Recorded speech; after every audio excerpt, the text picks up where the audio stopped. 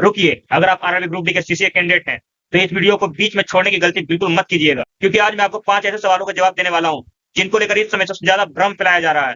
पहला है, क्या सीसीए कैंडिडेट का CBT plus NSC score card आने वाला है? फाइनल मेरिट लिस्ट कैसे बनेगी? हमें कैसे पता चलेगा कि एनएससी मार्क्स जुड़े हैं या नहीं? सीसीए कैंडिडेट का डीबी और मेडिकल कब हो सकता है?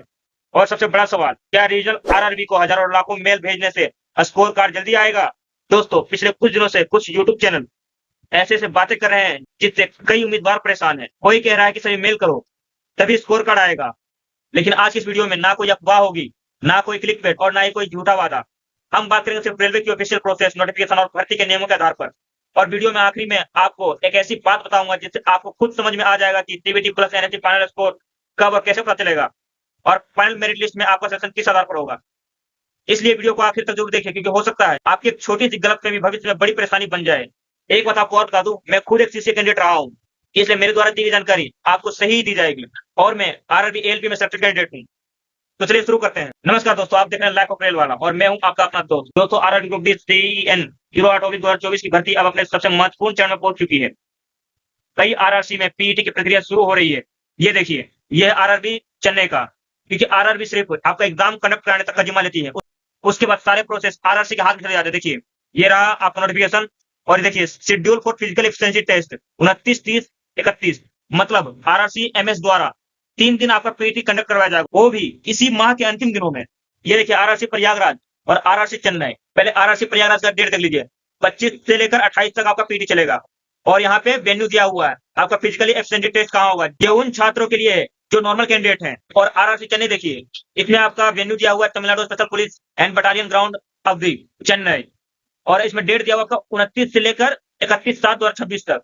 और जो भी ये लिस्ट इसमें दी गई है, ये सभी आपके प्रोविजनल हैं। धीरे धीरे सभी आरआरसी शेड्यूल जारी कर रहे हैं, और वहीं दूसरी तरफ लाखों सीसीए उम्मीदवार अभी भी कई बड़े सवालों के जवाब का इंतजार कर रहे हैं। आखिर सीसीए कैंडिडेट का डीबी और मेडिकल कब होगा?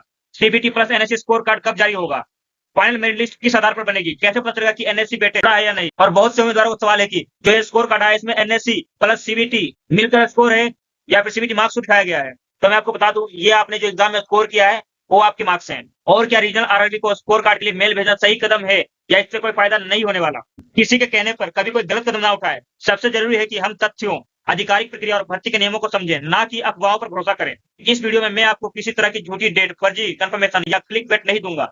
हम केवल रेलवे की प्रक्रिया को सरल भाषा में समझेंगे, ताकि वीडियो खत्म होने तक आपके मन में लगभग सभी बड़े सवालों के जवाब मिल जाए। तो बिना समय गवाए आइए शुरू करते हैं।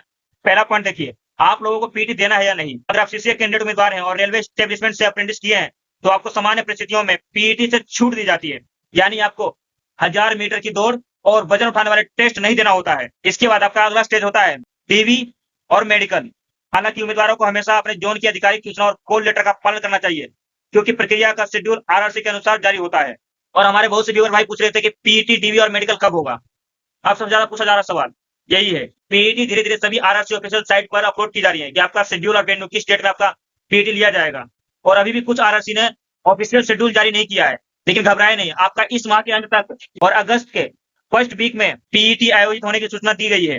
बाकी आरआरसी भी अपने अपने शेड्यूल अलग अलग जारी करेंगे। सीसीए उम्मीदवार के लिए पीईटी की जगह सीधे डीबी और उसके बाद मेडिकल की प्रक्रिया होगी, लेकिन उसकी तारीख संबंधित आरआरसी की ओर से अलग से जारी की जाएगी। अब सबसे महत्वपूर्ण पॉइंट, क्या स्कोर कार्ड के लिए रीजनल आरआरबी को मेल करना सही है या नहीं? यूट्यूब पर एक चैनल है जो छात्रों को सलाह दे रहा है कि अपने स्कोर कार्ड के लिए आरआरबी को मेल करें।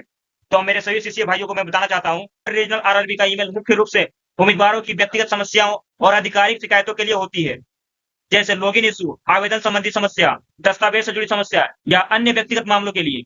अगर लाखों उम्मीदवार बिना किसी व्यक्तिगत समस्या के केवल स्कोर कार्ड कब आएगा लिखकर एक साथ ईमेल भेजना शुरू कर दें, तो इससे प्रक्रिया तेज होने का कोई आधिकारिक प्रमाण नहीं है, बल्कि भर्ती प्रक्रिया पहले से काफी लंबी चल रही है। ऐसे समय में संबंधित अधिकारियों को अपनी निर्धारित प्रक्रिया के अनुसार काम करने देना अधिक उचित है। हमें यह भी समझना चाहिए कि स्कोर कार्ड जारी करना, फाइनल मेरिट लिस्ट तैयार करना, सीबीटी प्लस एनएससी बेटेस का सत्यापन, डीवीएम मेडिकल की योजना बनाना, ये सभी कार्य पहले से तय प्रशासनिक प्रक्रिया के अनुसार होते हैं। इन्हें केवल बड़ी संख्या में ईमेल भेजने से बदला नहीं जा सकता। इसका मतलब यह बिल्कुल नहीं है कि उम्मीदवार कभी आरआरबी से संपर्क ना करें। अगर आपकी कोई वास्तविक व्यक्तिगत समस्या, जैसे लॉगिन नहीं हो रहा है या रजिस्ट्रेशन नंबर में कोई प्रॉब्लम है, कॉल लेटर का डाउनलोड नहीं होना या किसी दस्तावेज से संबंधित तकनीकी दिक्कत, तो संबंधित रीजनल आरआरबी से संपर्क करना बिल्कुल उचित है। लेकिन यदि कोई आधिकारिक सूचना अभी जारी नहीं हुई है, तो केवल सामूहिक रूप से ईमेल भेजने की बजाय थोड़ा धैर्य रखना बेहतर होगा। दोस्तों इस समय रेलवे भर्ती प्रक्रिया तेजी से आगे बढ़ती हुई दिखाई दे रही है। ऐसे में हमारा काम है कि हम अपने डॉक्यूमेंट तैयार रखें और मेडिकल और डीवी के लिए पूरा प्रिपेयर रहें और आधिकारिक वेबसाइट पर आने वाले नोटिस का इंतजार करें। याद रखिए, भर्ती की गति ऑफिशियल प्रोसेस तय करती है, ना कि वायरल मैसेज या सामूहिक ईमेल अभियान। तीसरे कैंडिडेट अब क्या करें? मेरी सलाह बहुत सरल है। पहला, अपने सारे डॉक्यूमेंट तैयार रखिए, जैसे 10th की marksheet, ITI plus NSC certificate, अपना आधार कार्ड। अगर आधार कार्ड में कुछ भी आपका दिक्कत है या किसी भी सर्टिफिकेट में नाम प्रॉब्लम, नेम का मिसमैच होना, डेट ऑफ बर्थ इशू, तो अभी करेक्शन करवा लें, ताकि आपको बाद में प्रेशर ना झेलना पड़े, क्योंकि आपको कुछ टाइम बहुत कम समय मिलता है। इसलिए कई बच्चे हड़बड़ी में गड़बड़ी कर देते हैं। और अपना कैटेगरी सर्टिफिकेट, जो कि आपका मोस्ट इंपोर्टेंट रोल निभाता है रिजर्वेशन में, अगर इसमें जरा सी भी गड़बड़ी हुई तो आपका कैंडिडेचर कैंसिल हो सकता है और आपको डायरेक्ट यूआर कैटेगरी में भेजा जा सकता है। और ईडब्ल्यूएस वाले भाइयों के लिए इंपॉर्टेंट नोट है कि अपना फाइनेंशियल ईयर में बना हुआ सर्टिफिकेट शो करें। और भाइयों, अपने आप को बिल्कुल मेडिकल के लिए फिट रखें। और आपको कोई भी समस्या है या कोई भी अपडेट चाहिए तो RRB की ऑफिशियल वेबसाइट से टच में रहें। किसी भी वायरल थंबनेल या ब्रेकिंग न्यूज पर तुरंत विश्वास मत कीजिए, क्योंकि ये सिर्फ एक व्यू बढ़ाने का जरिया होता है। अब देखिए, आपको किन किन बातों से बचना है। झूठी खबर से बचें, किसी भी अफवाह पर भरोसा ना करें, बिना पुष्टि वाली जानकारी शेयर ना करें, किसी भी यूट्यूब चैनल या सोशल मीडिया पर पोस्ट को अंतिम सत्य ना माने। और आपको किन किन बातों का पालन करना है, मैंने आपको वीडियो में बहुत बार बताया। केवल RRB और रेलवे की आधिकारिक जानकारी पर ही भरोसा करें। रेलवे की प्रक्रिया को उसकी निश्चित प्रक्रिया के अनुसार आगे बढ़ने दें, उसमें बाधा ना डालें, एकजुट रहें, कोई भी गलत कदम ना उठाएं, जिम्मेदारी के साथ काम करें। हमारा लक्ष्य भर्ती प्रक्रिया जल्द, निष्पक्ष और पारदर्शी तरीके से पूरी हो। दोस्तों, आजकल व्यूज के लिए कई तरह की बातें कही जाती है, लेकिन आपका सिलेक्शन किसी थंबनेल से नहीं बल्कि ऑफिशियल नोटिस से तय होगा।